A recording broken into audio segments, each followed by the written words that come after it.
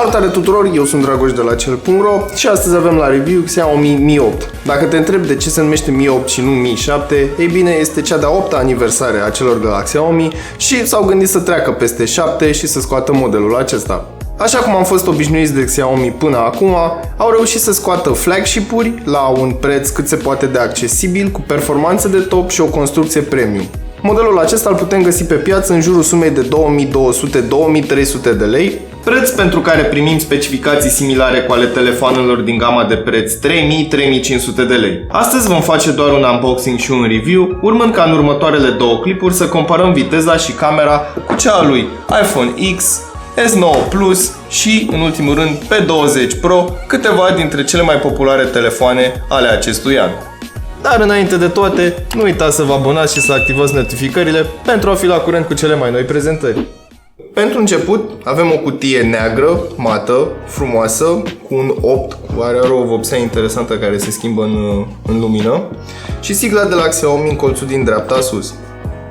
Avem versiunea globală, hai să ne uităm să vedem și pe spate. Camera de 20 de megapixel duală cu inteligență artificială, Snapdragon 845, Dual Frequency GPS și ecran de 6,21 inch AMOLED, care suportă Always On Display. Haideți să deschidem cutia, să vedem ce găsim înăuntru. Să o las aici deoparte. Ok, avem un plic și în plicul acesta găsim manualul de utilizare.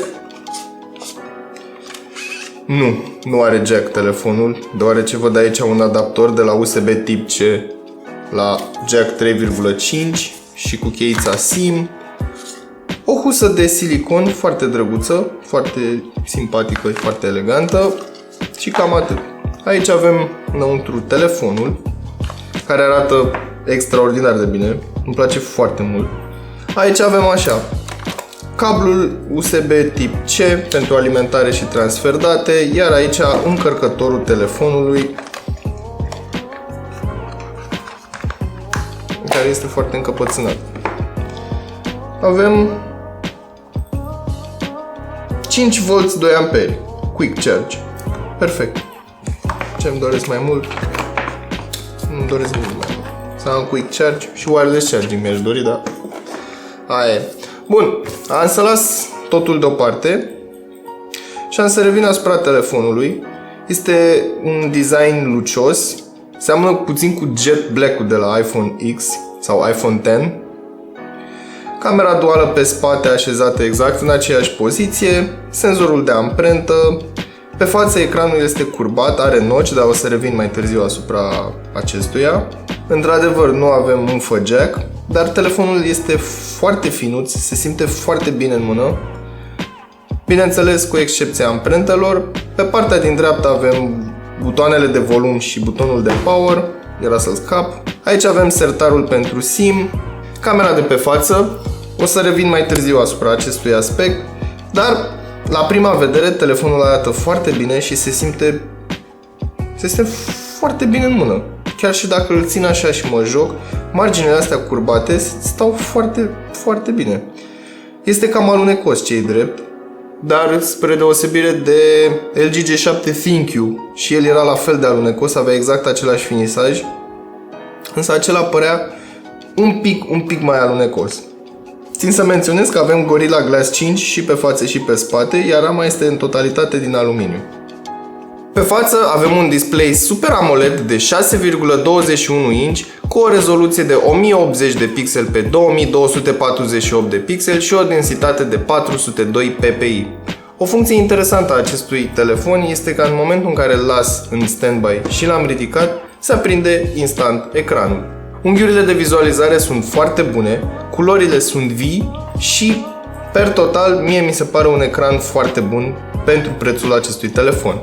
Bineînțeles, urmărim trendul și avem și de data aceasta un breton, ce ascunde camera de 20 de megapixel cu f2.0, difuzorul pentru apeluri, senzorul de proximitate și un senzor cu infraroșu pentru recunoaștere facială. La capitolul performanță, cei de la Xiaomi au pus înăuntru un procesor Qualcomm Snapdragon 845, cuplat cu acceleratorul grafic Adreno 630 și în cazul acestui model cu 6 GB RAM și 64 de GB memorie internă. De asemenea, există și modelul cu 128 și 256 cu 6 GB RAM sau 128 cu 8 GB RAM.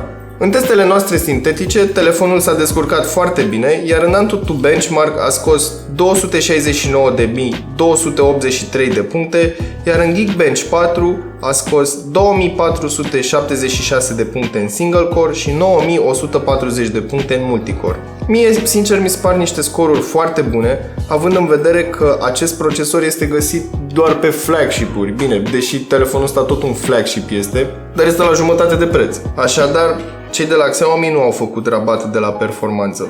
Pe partea software avem Android 8.1 Oreo, bineînțeles cu versiunea MIUI 9.6 și cu promisiunea de update la MIUI 10. Telefonul are câteva funcții foarte interesante, bineînțeles împrumutate de la știm noi cine, și anume în setări aici avem o opțiune Full Screen Display, pe care eu am avut-o activată, dar o dezactivăm acum. Ideea care e? Am aici butoanele de navigare. În momentul în care îi dau Full Screen Gestures, o să pot să navighez prin meniul telefonului exact ca pe iPhone X, aproximativ. De asemenea, pot să ascund și notch-ul de aici din setări, în caz că te deranjează sau vrei să fie mai smooth, ca să spun așa.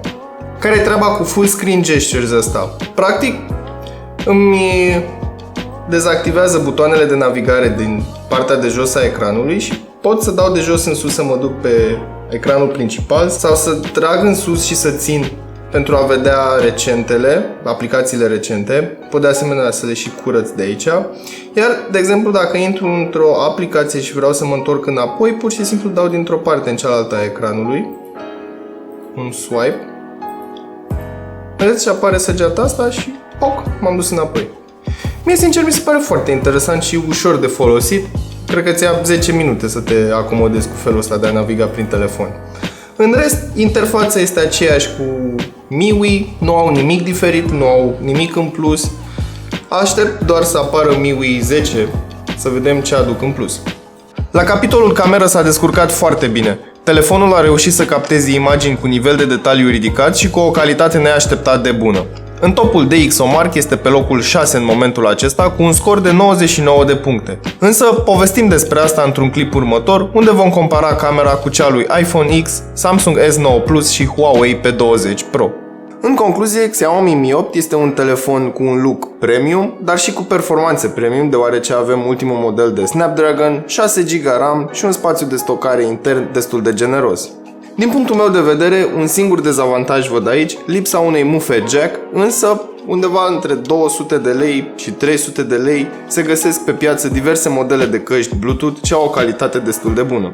Cu toate acestea, chiar dacă nu vrei să-ți cumperi o pereche de căști, telefonul vine în pachet cu un adaptor de la USB tip C la mufă jack 3.5.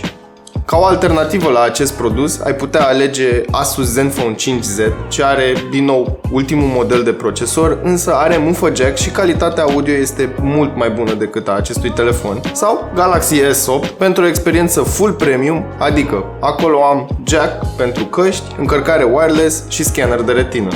Dar atât pentru astăzi, eu am fost Dragoș, iar până data viitoare nu uita să verifici descrierea pentru linkuri utile și prețul actualizat.